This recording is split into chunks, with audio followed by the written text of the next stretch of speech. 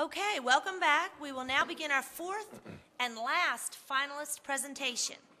This team is Emerald Algae Solutions from the University of Oregon. Just a reminder of the format. There will be a 15-minute presentation followed by a 15-minute judges Q&A session. And I know I sound like a broken record, but please, judges, speak into the microphone so everybody can hear you. During your 15-minute presentation, when it gets to be 5-minute warning, Joey's my timer. He will hold up the 5-minute sign. Then he will hold up the 1-minute sign. Then he will hold up the stop sign, and I will cut you off at that point and open it up to the judges for the 15 minutes of Q&A.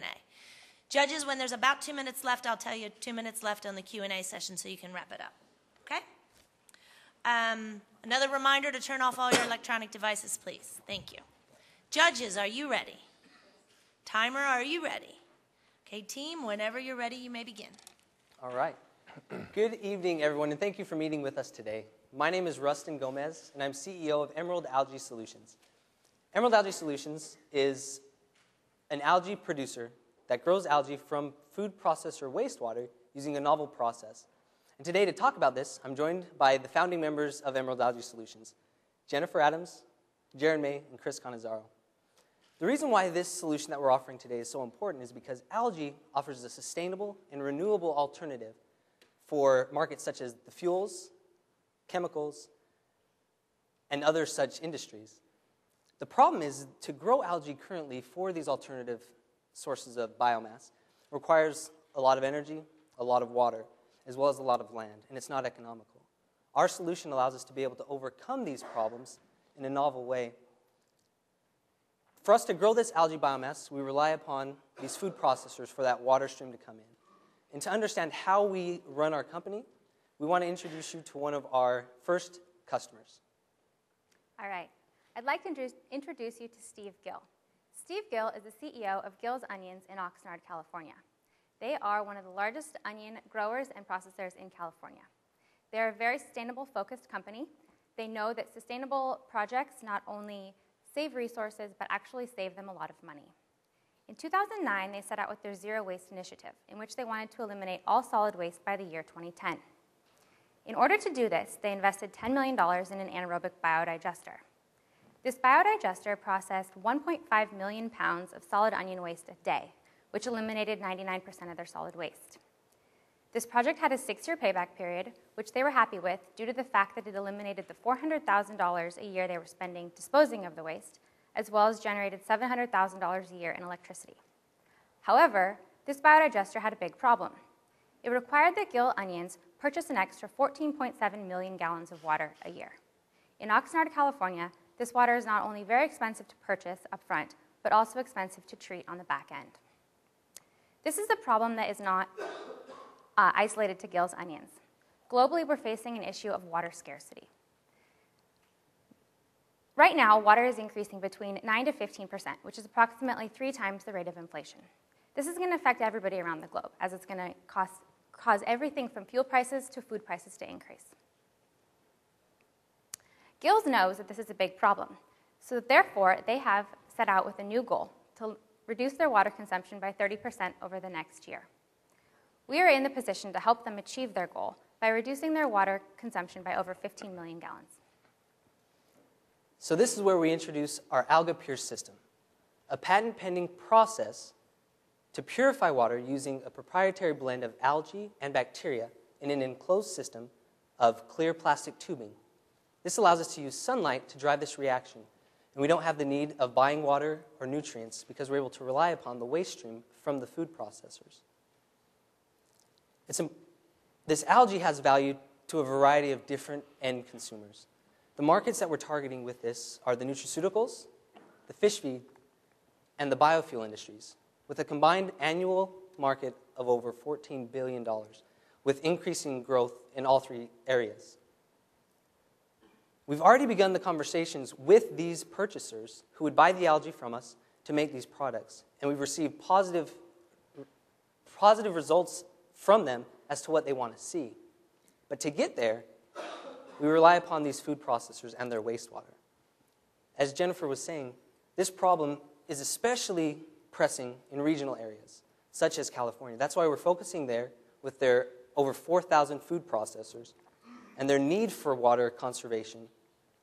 We've identified over 800 current potential customers who would have suitable waste streams to come in that we could treat and help them see a significant increase in their water savings, as well as to be sustainable. Some of these customers include ConAgra, Gill's Onions, as we spoke about, Mezzetta, their olives, peppers, and Kettle Foods. This shows a range of the solutions that we offer: onions, potatoes, a wide range of food processing products. We have the team that it needs to get there. I have over 8 years of experience in the biotech, science, and laboratory space. Christopher Canizaro, our financial guy, has extensive experience in financial analysis and quality engineering.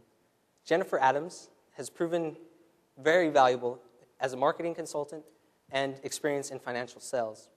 And Jaron May, our operations guy. He has experience in management as well as supply chain consulting, having just completed a business venture in China this summer. To augment what we have, we've also compiled an advisory board. These are just a few of the people who are helping us currently. We have Alex Believ, the inventor of this technology from Pacific Northwest National Laboratories. We're in the process right now of securing the option to license this technology in an exclusive manner for all biological waste. We're also working with Dr. Ganti Murthy. I don't know how many of you understand Oregon and the rivalries that go on there. Oregon State's our big rival, so this shows that we can work with them still pretty well. But he's an expert in photobioreactors, the system that will house our solution. And we have Stan Barnes, a seasoned veteran in the biomass industry, as he's CEO of BioAlgae, and he's helping us to walk through the process of doing this. So how does our technology work? We take a bacteria, put it inside this system, and it's able to extract the carbon that's contaminating this food processor wastewater. It breaks down the carbon into CO2, which the algae in turn uses with sunlight to break down the remaining contaminants in the water, the nitrates and phosphates, to grow more algae, clean up the water, and in turn produce more oxygen. This oxygen then is used by the bacteria to continue the cycle along. And we end up with algae that is valuable and clean water that the food processor can reuse. This technology and process has taken us 9 months to fully understand. And I know that you've been instructed to save questions till the end, but we do want to make sure that you understand this portion of it. And so we'd like to ask you if you have any questions regarding this technology at this time. How do you know it works? It's been proven in the laboratory at Pacific Northwest National Laboratory. Yes. So, and that's at what scale? It's at tabletop scale, and we'll go further into that. With that, we can show you how this actually ties into these food processor systems. So this rendering is our vision how the AlgaPure system, which is going to be co-located on our customer's facility, actually plugs into their operations. The first key step in our process is the carbon-rich wastewater flows from their facility into a storage tank.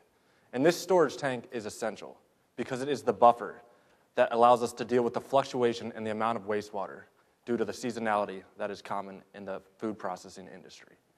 The next key step of our process involves our patent-pending modular process, the AlgaPure system. And this is easily expanded by adding more rows or decreasing the amount of rows depending on the amount of water that the food processor is going to output. From here, the carbon and nitrates and phosphates are removed from the water, and the customer is able to actually loop the water back into their operations for either boiler or cooling processes, or use it for irrigation.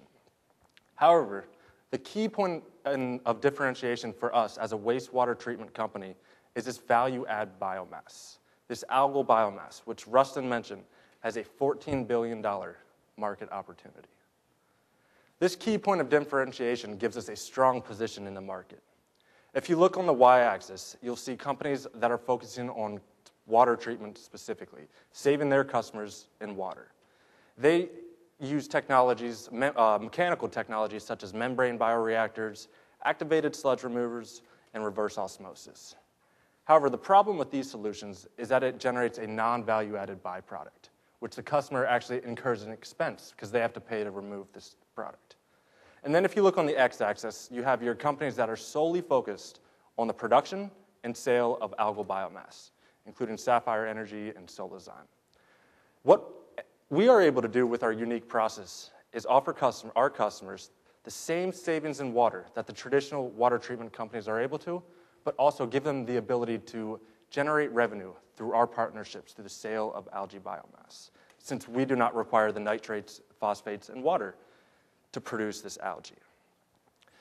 So to just highlight why we are excited about the algae biomass industry, we'd just like to show you a few of the recent transactions in the market. In 2010, ExxonMobil invested over $600 million with Sapphire Energy in order to optimize and determine the best algae that can be used for biofuels. Also, from 2009 to 2010, Chevron and Bill Gates' investment firm, Cascade Investment, invested over $200 million in Solazyme and Sapphire Energy, both companies that are using algae biomass to produce biofuels. So this is a great opportunity for us that we're looking forward to capitalize on, and we are an emerging market with a high growth rate. Sure. Quick note before we move on to the financials. The business plan that you saw was submitted about 3 weeks ago. Over the last 3 weeks, during discussions with our industry partners, as well as getting our final quotes on mechanical systems, the cost structure has been altered slightly, and that'll be reflected in the numbers that I'm going to go through right now. So how do we get from the lab to commercialization? So right now, our technology has been proven in a beaker, a lab table about as big as this area in front of me. We envision over the next year, there's 6 months, that we're going to raise about $1 million in initial funding, $100,000 through a friends and family round, as well as $900,000 from strategic partners.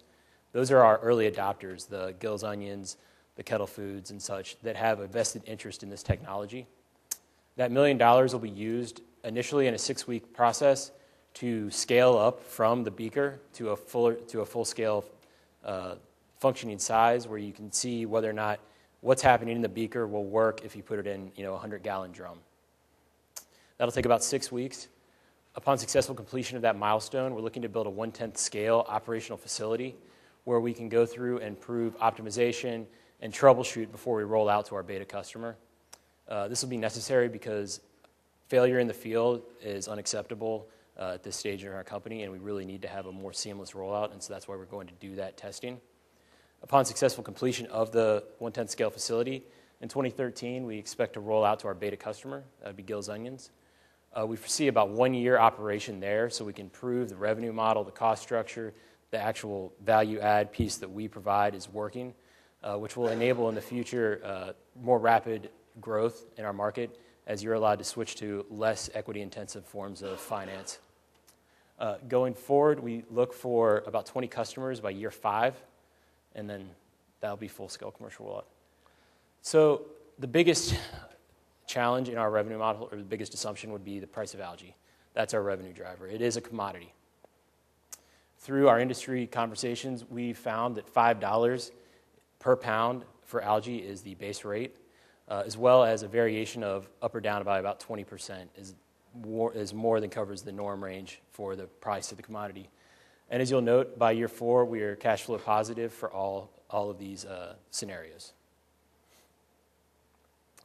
So what are we asking for? We need $2 million in equity in order to cover our operational expenses for those first 3 years. Under all these scenarios that I presented, the $2 million will cover all of our operating expenses, even under the worst case, the $4 scenario where we're down 20% on our price. We envision giving up about 30% in the company. And based on the current EV to EBITDA multiple, about 7, we're looking at an exit potential at 5 years of $32 million. For our customers, for our investors, that would represent a 41% IRR at year 5. So we're excited to offer this opportunity to you and to work together to make this a success. To remember that the main things is that we're able, with our algae, to grow multiple products for use in different types of markets, as well as being able to already leverage the $1.5 million that has been invested by Pacific Northwest National Laboratories in the production of this technology. We also want to stress that we already have a customer lined up, Gills Onions, and 6 more in the pipeline ready to go with us.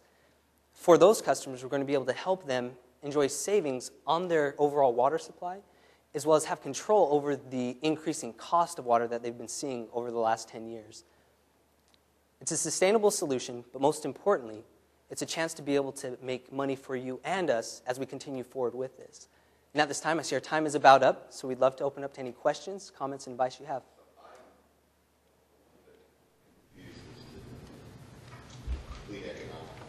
As I understand, the cost of installing the plant is incurred by the food processor, Gil's Onions. He's paying that, hoping to save some money on his water costs. And you then take the algae that comes out, sell it, split the proceeds with Gil to kind of help him recover even more of his cost of laying out the cost of the plant. And your entire revenue model is keeping your share of the algae sales bigger. That's your revenue. And that's based on an assumption that algae will at least be $5. What drives the cost of algae in the marketplace? So the price of algae that we're looking for here is driven by demand. The nice thing about the algae that we're able to produce and the partners that we're having, especially in bioalgae, is that they actually take the algae, the biomass, and they break it up into its constituent parts. So they're pulling out the lipids to make the biofuel. They're pulling out the chemicals in it to make nutraceuticals, as well as the mass. Bioalgae up in Seattle, Washington. Stan Barnes, he's one of our advisors. Bioalgae is your customer who's going to process the algae and sell it in the marketplace, sell components in the marketplace. Yeah, and so we sell the algae directly to them, and then they take care of it from there. At this point, it's based on what it would cost them to produce it. And because of our competitive advantages in not having to purchase the water and components to come in, we're able to come in at a lower point than what they're actually looking for now.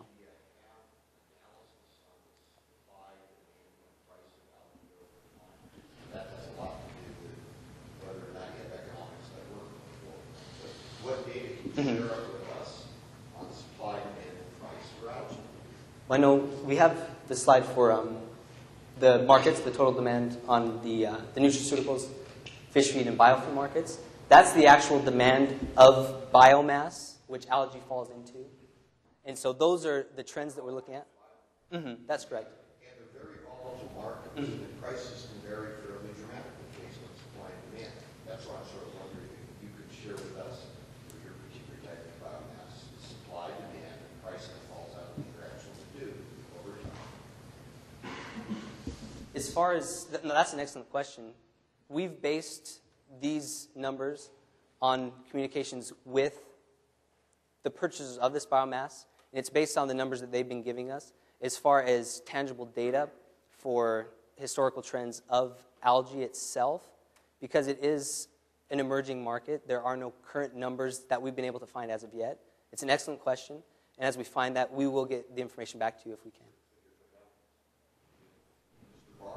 The price is 3. Jill and all his buddies in California put the money into the plant.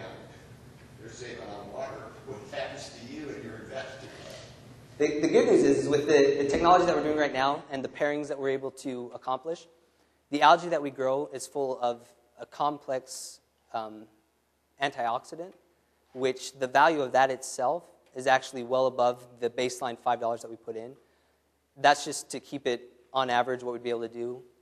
We know the supply and demand for that as being $120 million annually for that specific type of algae. But however, if we're producing this at this type of quantity, we would be saturating that market. But we will sell it to those initially at $20 a pound for that. But this is more sort of that standard, on average, worst case scenario, what we would be able to sell. So. The capital investment that Gil's making, $1.5 million or whatever it is being driven, the payback is being driven primarily by the algae sales and not by the water savings. If it's just the water savings, does the model fall apart? Sure. You're correct. Over the 10-year time period, the nominal water savings would be about $1.5 million, and the CapEx right now is projected to be just north of $2 million. So you would not make the payback period would end up being about 13 years.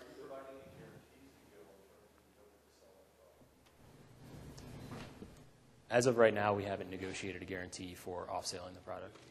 Somebody other than Gil religiously believes in sustainability.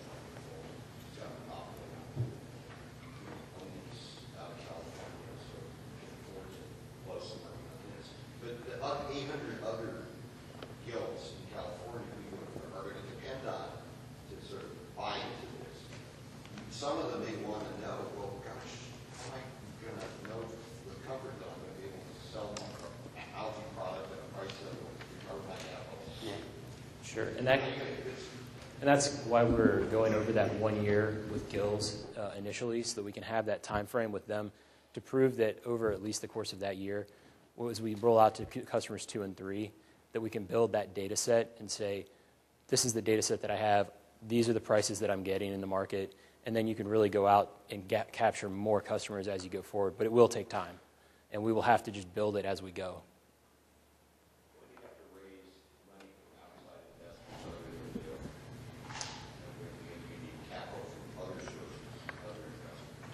Sure. So that would be year 2 as we're looking to roll out to our beta customer. We'd go through the Series A. That's the $2 million that we're talking about. So Gil is not the $2 million. Correct. $2 million is money for schlucks like that. What do you think you could persuade this makes sense? What data will you have by then that would be By that point in time, we will have proven the technology at a 1/10 scale facility, so the technology will work. And at that point in time, we will have produced a certain amount of algae through that system that we will have sold to bioalgae. But to answer your question, there will not be a long historical trend that we can point to.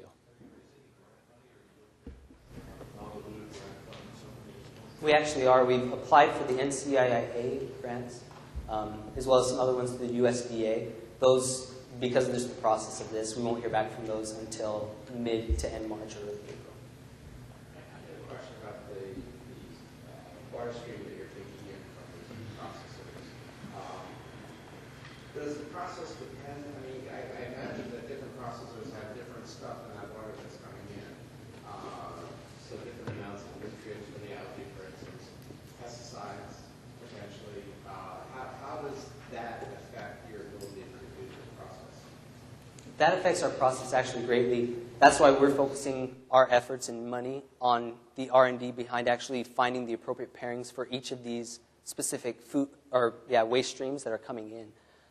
As far as the pesticides and things like that, the type of water that we will be bringing in will be ones that's non-toxic, just full of the carbon, the nitrates, and phosphates. But we will devote our R&D into actually having those specific, I guess you call it the secret sauce of the specific algae and bacteria to clean it up as efficiently as possible for that specific customer.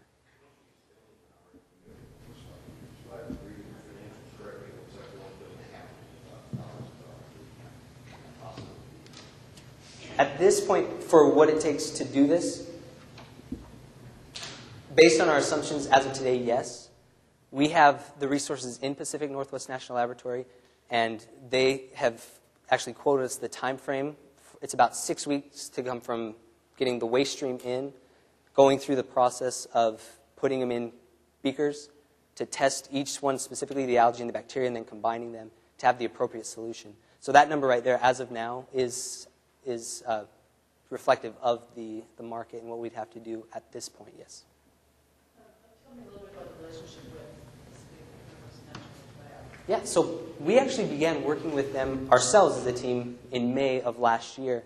They have a relationship with the University of Oregon to supply technologies to our school, as well as the resources to actually get these from the laboratory into commercialization.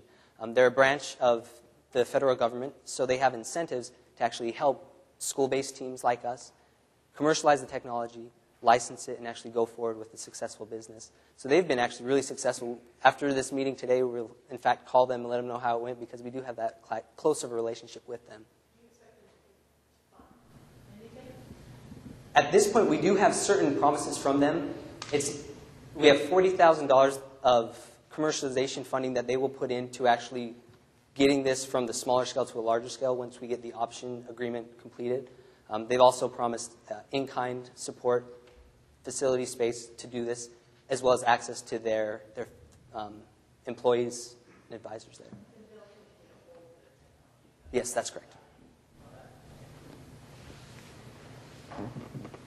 The issue here is not as much water savings. I mean, you said it would take about 13 years, so you're just relying on the water savings to fund this process.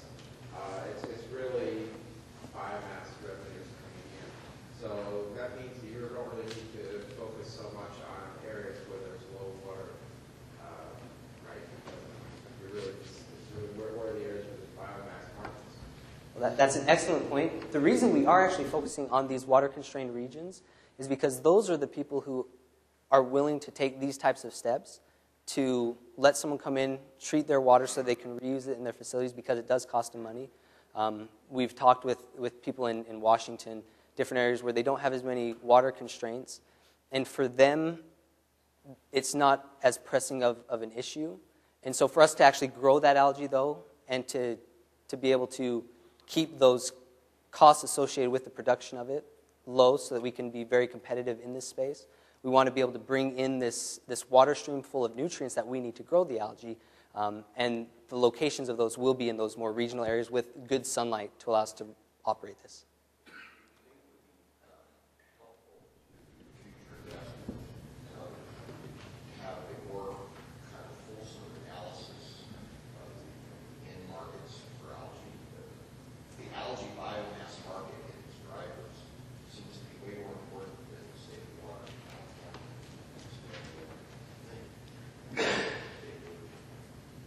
No, and that's an excellent point. And with this being a little early on in the developmental process, we will make sure that we fully do that so we can come back here hopefully in a couple months and hit you up for some money then.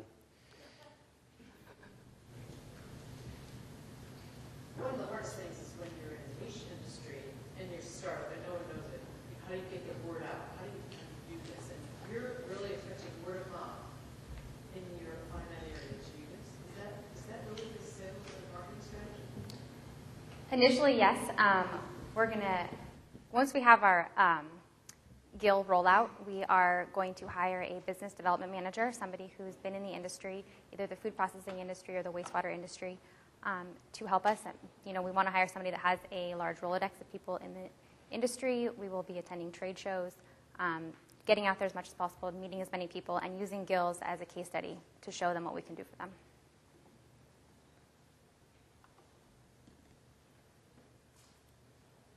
We've got 2 minutes left for questions.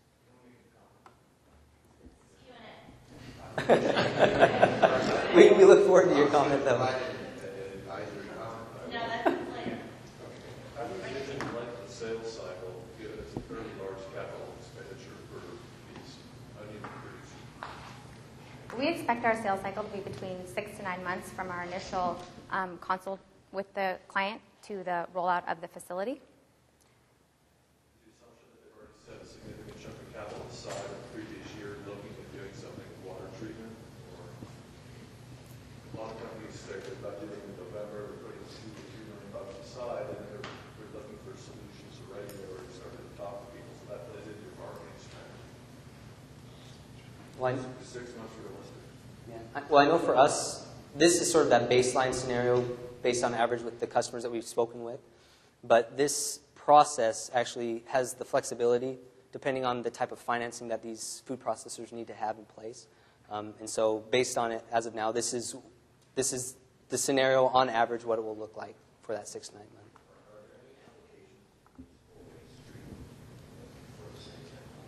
There's the potential for it, yes. And that would require further R&D and development of this technology into. That's why we'll be licensing for, or negotiating for an exclusive license for all biological-based waste streams. Regarding the sales cycle, you said about 6 to 9 months. Just so I understand, is that 6 to 9 months for the food producer to decide to do this? And then if that's true, then how long does it take for them to get a facility up and running so that the whole process can start and you actually get revenue into your company? We envision the decision process to be about 6 months from the time we go in, meet with them, give them a proposal, evaluate their waste stream, put together the unique pairing. So that process is about 6 months, and by the time we start construction to finish construction, about 3 months. And then we're generating revenue. Who's the scientific officer in your team, and who's going to provide continuing expertise?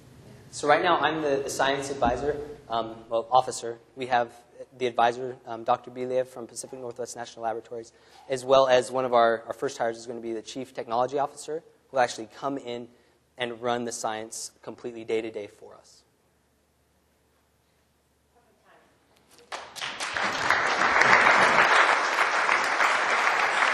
Good job. Okay. If everybody could hold on, I have a couple of very important announcements. concluded our final round of business plan presentations. Judges, when I'm finished with my comments, please collect your notes, go out of the auditorium, hang a right to the judges' deliberation room, that's room 102, and you'll be able to come up with the first, second, and third place winners as soon as I'm finished my comments, okay? The fast pitch judges, the fast pitch presenters, you can now pick up your feedback at the help desk in the back. Finalist presenters, you will pick up your feedback at the Howl at the Moon this evening. We'll carry it there for you to take, okay? If you have a name tag, please drop it off at the help desk because we do recycle these, okay? And the most important announcement, the awards celebration will be held tonight at 6 o'clock at the Howl at the Moon. It's located in the 4th Street Live Entertainment District, about a block and a half from here.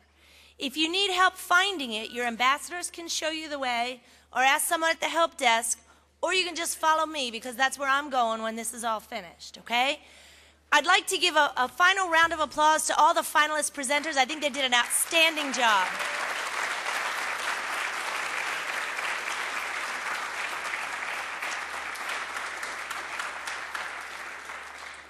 And with that, I'll invite the judges to exit the room first, please. Allow the judges to get out first to go in their deliberation room, and then everybody else can leave. See you this evening.